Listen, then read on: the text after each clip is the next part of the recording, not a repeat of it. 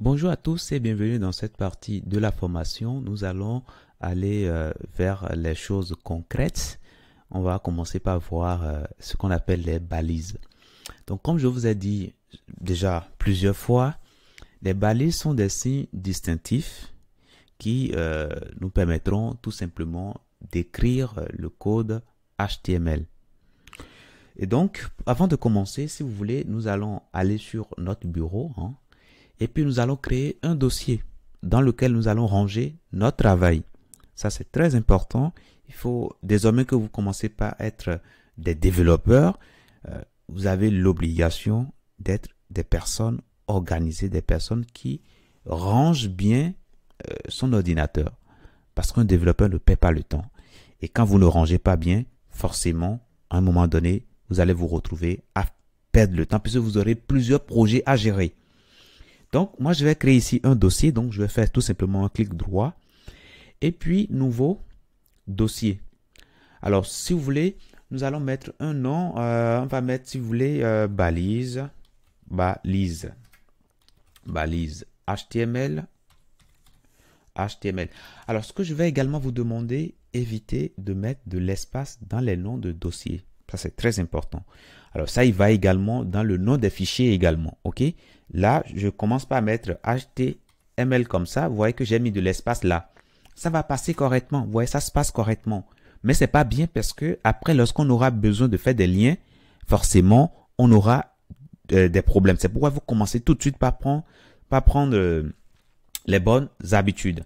Donc, on va faire renommer, clic droit et puis renommer ici. Et au lieu de mettre d'espace là, je peux tout simplement mettre un tiret comme ça, un tiret du 6 comme ça, ou bien un tiret du 8 comme ça, tout simplement, vous voyez. Comme ça, après, je ne serai pas emmerdé. Donc, ce qu'on va faire, on met le tiret comme ça. Alors, je vais plutôt préférer ce tiret là, et c'est bon. Là, c'est bon. Maintenant, à l'intérieur de mon dossier, je vais créer un fichier. Et c'est dans ce fichier-là que nous allons travailler. Alors, nous allons créer un fichier HTML. Un fichier HTML, c'est un fichier comme n'importe lequel. Sauf que il faut faire attention à l'extension, c'est-à-dire à la fin de votre nom. Alors, on va commencer par créer ce fichier-là. On fait un clic droit, nouveau. Et ici, nous allons choisir quoi? Document test. Et là, ça nous demande ici, ça nous demande quoi? Ça nous demande de mettre un nom. Donc, nous allons mettre le nom. Alors, ici, je vais mettre ici, si vous voulez, balise par exemple.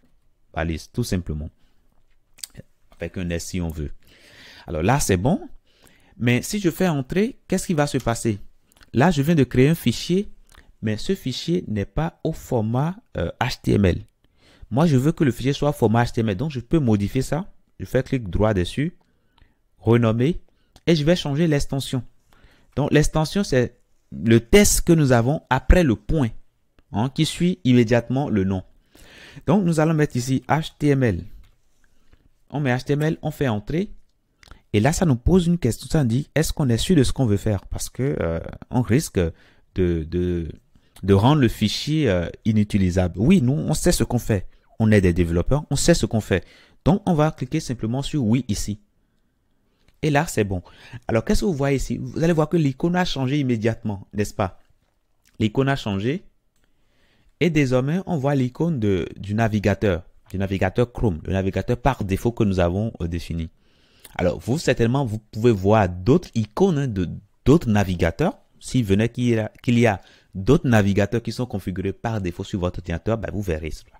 Donc, ça signifie directement que le fait qu'on a mis l'extension .html, notre ordinateur a détecté systématiquement que c'est un fichier qui pourra être ouvert ou bien déchiffré ou bien interprété par les navigateurs.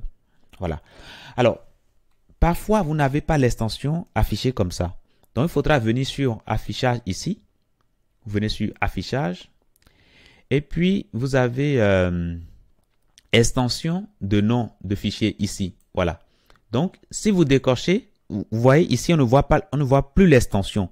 Donc, ce serait bien de mettre les extensions, de cocher ici. Voilà, extension de nom de fichier. Vous cochez là. Une fois que c'est coché, là, on voit l'extension. Et là, c'est mieux comme ça. C'est mieux comme ça. Maintenant, nous allons ouvrir notre fichier avec notre éditeur de code. Puisque c'est grâce à cet éditeur-là que nous allons pouvoir écrit du code. On fera un clic droit et on va choisir ouvrir avec code, tout simplement. Et là, qu'est-ce qui va se passer? Ben, notre éditeur de code va simplement, alors ceci, vous pouvez simplement fermer ça. Hein. Notre éditeur de code va simplement ouvrir le fichier qu'on a créé tout à l'heure. Pour l'instant, il n'y a rien dedans, donc c'est totalement normal, donc c'est OK. Voilà. Maintenant, imaginez que vous n'arrivez pas à ouvrir votre fichier comme ça. Je suppose qu'en faisant clic droit ici, ça ne vous propose pas ouvrir avec code. Mais qu'est-ce qu'il faut faire dans ce cas-là?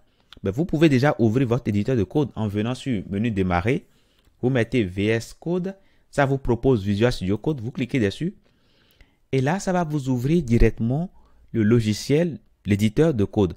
Alors, tout à l'heure, j'avais déjà mis quelque chose dedans. C'est pourquoi ça me l'affiche directement. Mais si ce n'est pas le cas pour vous, ce qui peut arriver, si ce n'est pas le cas pour vous, qu'est-ce qu'il faut faire? Il faut aller dans File ici. Et puis, Open File. Voilà.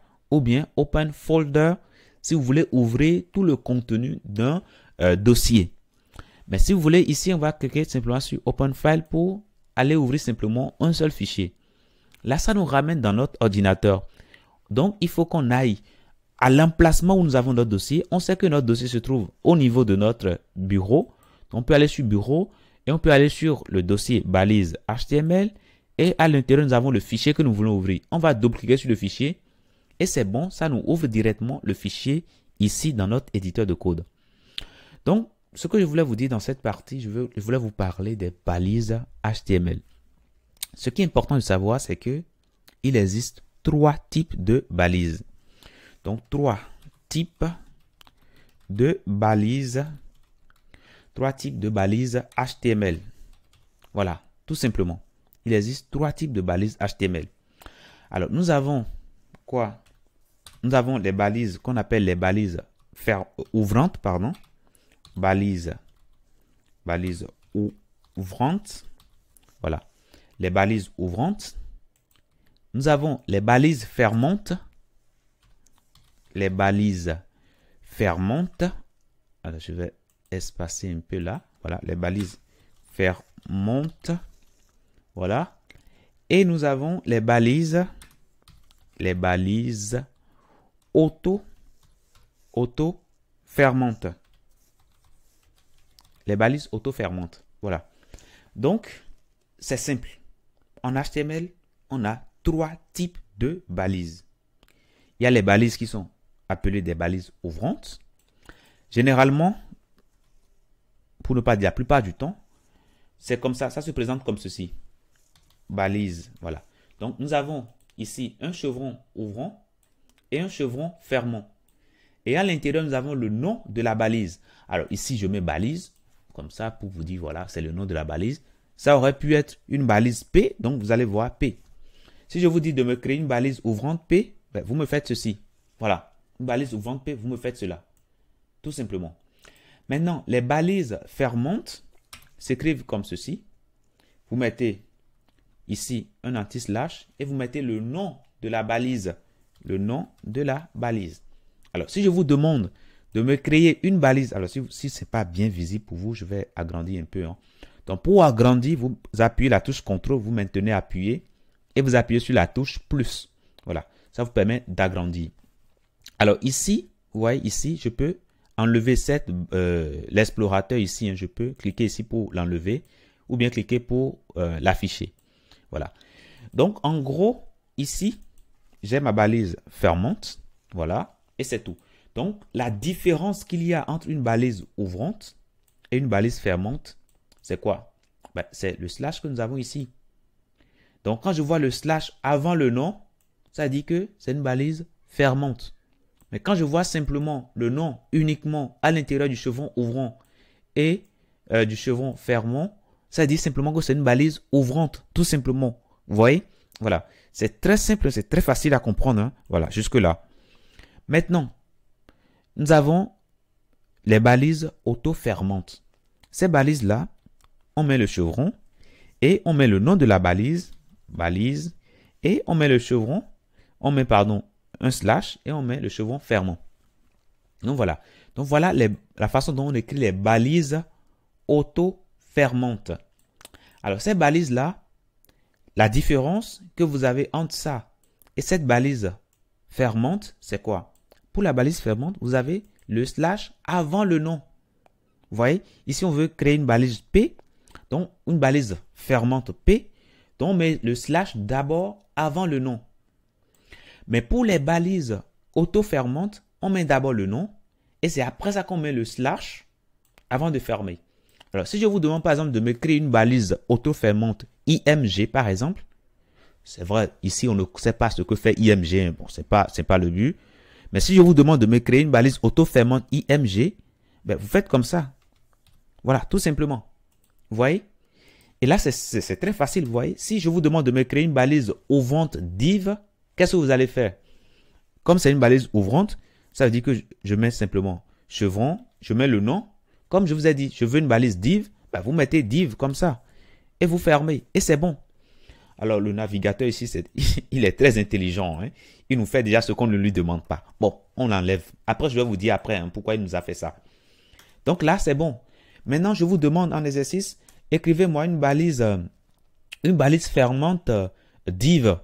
Ben là, c'est simple. Comme c'est une balise fermante, je mets d'abord le slash, je mets le nom et je mets div, tout simplement. Voilà. Maintenant, après, je vous demande par exemple, écrivez-moi une balise auto-fermante méta. Ben, qu'est-ce que vous allez faire? Ben, comme il s'agit de auto-fermante, ben, je mets d'abord le nom. Je vous ai demandé méta. Donc, vous mettez méta. Et maintenant, vous mettez tout simplement le slash et vous fermez. Tout simplement. Donc, voilà les différents types de balises qui existent. Il n'y en a que 3. Et voilà comment on peut les identifier. Donc, alors pour ne pas faire de cette vidéo une vidéo très longue, je vais couper cela en 2. Donc, je vais revenir après et nous allons continuer toujours dans cette section. Je vous dis merci et à tout de suite dans la prochaine.